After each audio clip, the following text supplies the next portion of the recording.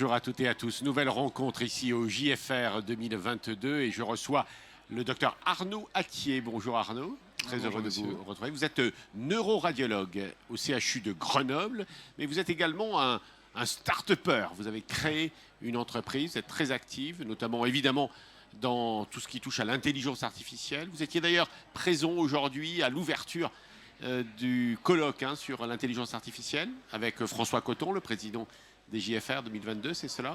Oui, exactement. On a fait l'ouverture du forum sur la thématique intelligence artificielle et neuroradiologie. D'accord. Vous avez d'autres rendez-vous d'ailleurs au JFR?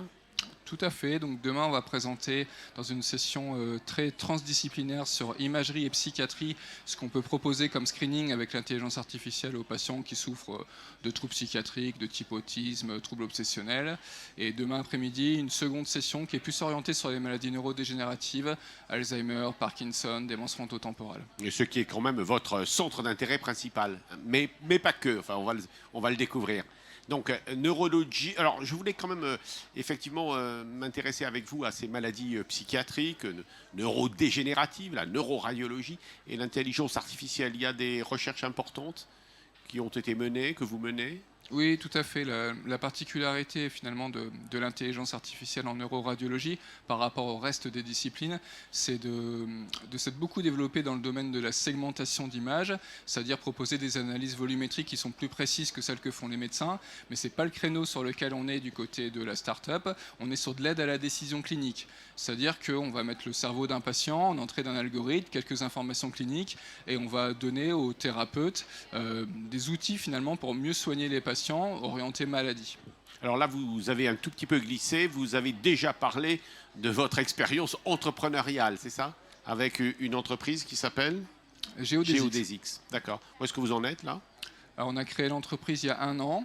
Je crois qu'on a suscité un bel intérêt du côté vraiment des médecins parce qu'on essaye d'aller dans la maladie et pas d'aller dans les structures anatomiques. C'est-à-dire qu'on leur fournit des arguments pour mieux traiter la maladie d'Alzheimer, la maladie de Parkinson, les troubles psychiatriques. Et on a créé ça avec 2 autres médecins, donc un oncologue médical et un biologiste médical, et avec un data scientist qui est vraiment l'architecte de la solution technique, qui est très particulière, qui s'appelle de l'analyse de variété, sur laquelle on a travaillé 10 ans avant de fonder la start-up. Oui. Et puis alors ça débouche toujours par l'idée qu'il faut un algorithme, c'est ça? Oui, tout à fait. Il faut un logiciel qui est utilisable par des médecins et un algorithme d'intelligence artificielle à mettre dedans, qui peut être, on dit, supervisé quand il est construit à partir des connaissances médicales ou non supervisé quand il permet d'en découvrir de nouvelles. Et c'est sur cette seconde catégorie qu'on se situe.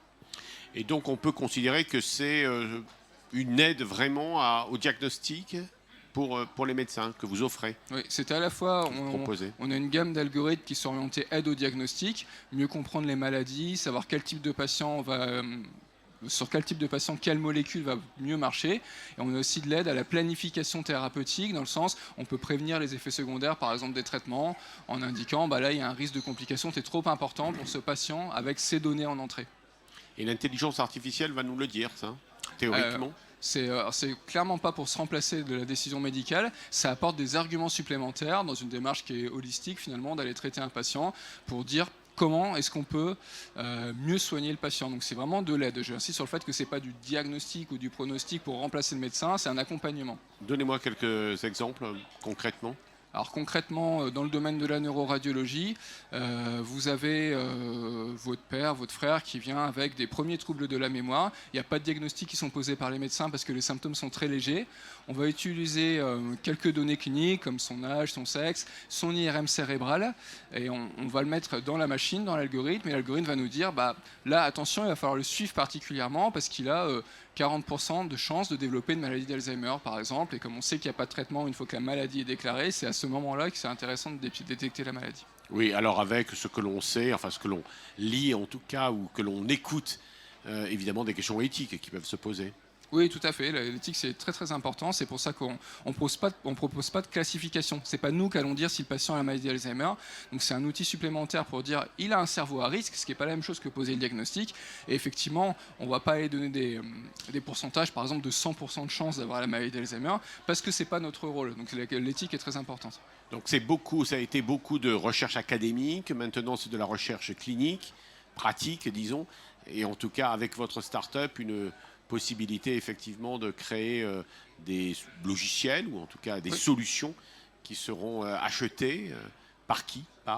On fait attention de bien respecter finalement la science, c'est-à-dire de mener des essais cliniques pour prouver que nos solutions ont un impact sur la prise en charge des patients et pas juste un impact sur les données et ont un impact sociétal. Une fois qu'on aura montré ça, on va aller poser ce qu'on appelle une marque CE ou FDA pour aller vendre ça aux États-Unis et notre public finalement ce sera un public médical à ce moment-là, mais on fait les choses vraiment dans l'ordre.